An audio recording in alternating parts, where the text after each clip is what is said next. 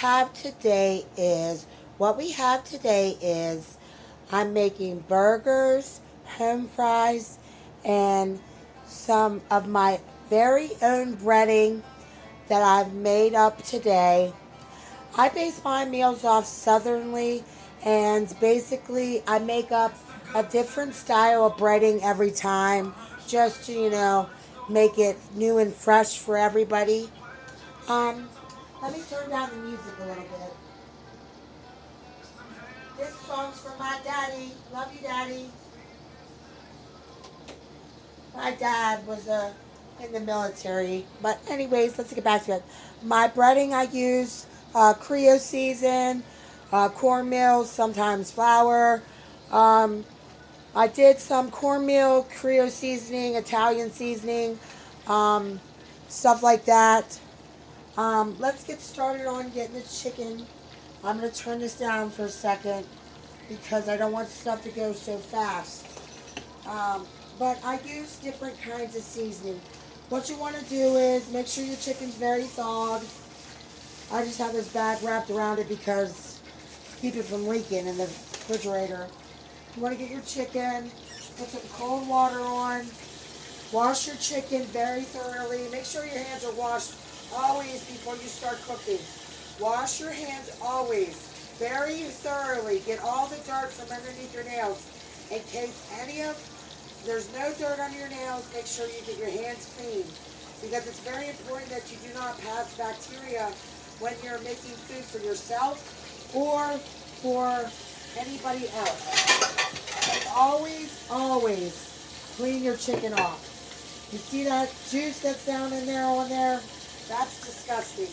You got to get that slimy feeling off your chicken. Make sure it's cold water. Make sure you get all the slimy feeling off. Why it's most important to do that is because I feel like that whatever that sliminess is not good for you. So just make sure you just wash your chicken off until that slime's gone. And do not use soap. I've seen a video on Facebook where the guy, she told him to wash the chicken wings and he put soap. No, you just need water. Cold water. Warm water depending on the thing. You see I'm thoroughly washing my hands. Well, if you can't see, I'm washing my hands. It's thorough. I already washed them earlier. But you want to wash up your arms too. Get your hands as clean as if you were touching a newborn baby. That's how clean you want your hands to be when you're going to go ahead and cook. Okay, and now you want to get your space cleared out so you have enough room. And what I have here is soy milk and an egg mixed together. And why I'm doing soy is because that's all I got right now. I don't have no regular milk. But I got the specialty seasoning to make the chicken just right. Okay?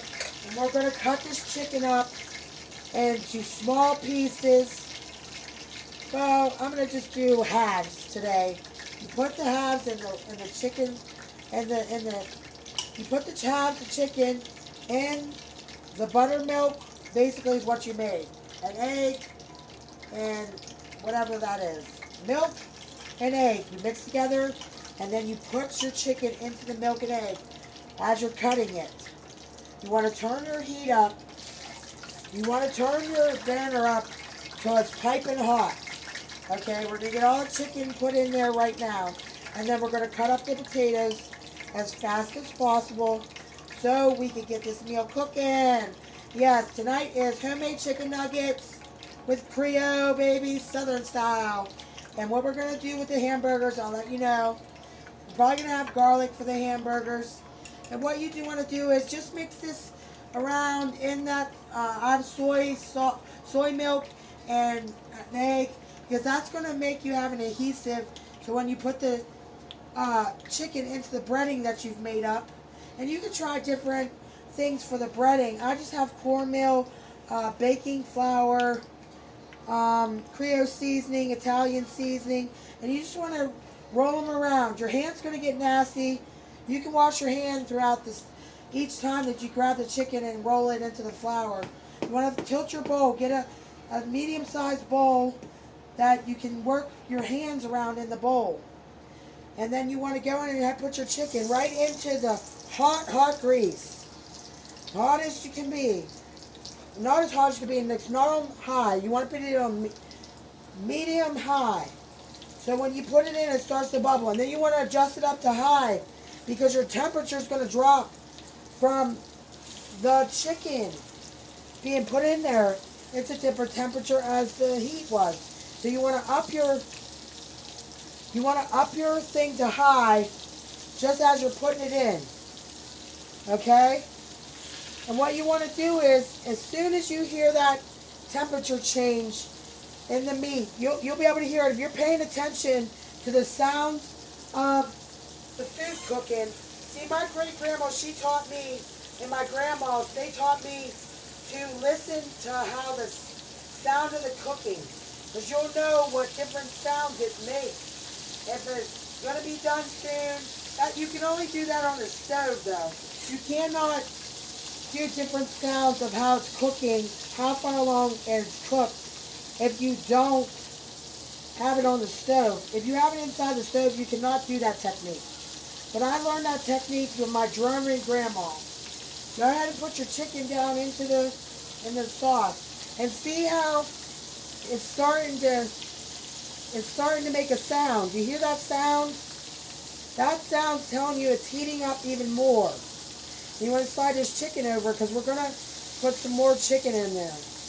Okay, but we're not going to put it in right away. We're going to let that heat up to the highest temperature it can get. And you'll know. See, it's starting to make a sound. It's getting hotter and hotter. It makes different sounds at each level of cooking. It's called a frequency.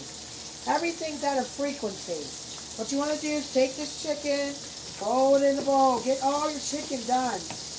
Okay, you want to get all your chicken done. Roll it in the bowl. Roll it in the cornmeal and the seasoning that you've made up for your family that night. Okay, and it's getting hotter and hotter. You hear it? So I'm going to put this chicken in. See how the temperature sound changed? As soon as I put that piece of chicken in, that's telling it, oh, it's cooling down now because something's cooling it down. Just pay attention to the sounds when you're cooking. Every time you're cooking something. If you pay attention to the sounds, you'll be able to figure out what each sound it's making, whether it's done or not, if you're by yourself. Now, if you have somebody here and you're doing a dinner with somebody, I wouldn't recommend trying to do the sounds of cooking when you have somebody there you're talking to and stuff, because you'll never be able to hear it when you need to. At the last second, it'll be burning, and it's because you were talking, trying to remember to listen to the sounds of cooking. Okay, once that gets up to the highest heat, because I just put that chicken in. Okay, and I just put that chicken in, this side right here, and this side's already starting to brown. See that water, how it makes it sound louder? Don't ever put grease in water. Water and grease, because it'll catch a fire. That's just the water dripping off my hands, because I'm washing my hands again, because I touched chicken. And I want to do 2 pieces that are not breaded for the dog upstairs. He's hungry. The little puppers needs fed. We're going to try to get this put in there. But you see the sounds of it changing? And I got to get these flipped, these ones over here, because they're cooking pretty fast. And you know, I got butter and bacon grease, or Canadian bacon grease, and regular vegetable oil in there. I'm trying to check out different ways what it will taste like with different oils all together. I don't know how it's going to taste, but anything I ever make turns out great. So I don't really ever have a fear that it's going to taste nasty.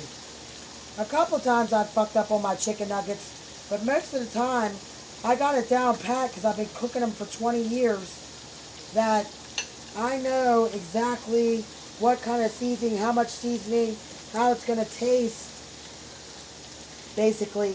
And you know, I'm doing this as a help you video, so you know you can get it down on what you can make for your wife or husband. You know, whoever's the cooker in the house, maybe you guys could do it together. You know, just put some seasonings together with some flour, or you can cook with Crisco. It doesn't matter. It's your preference how you want to make it. But making homemade chicken nuggets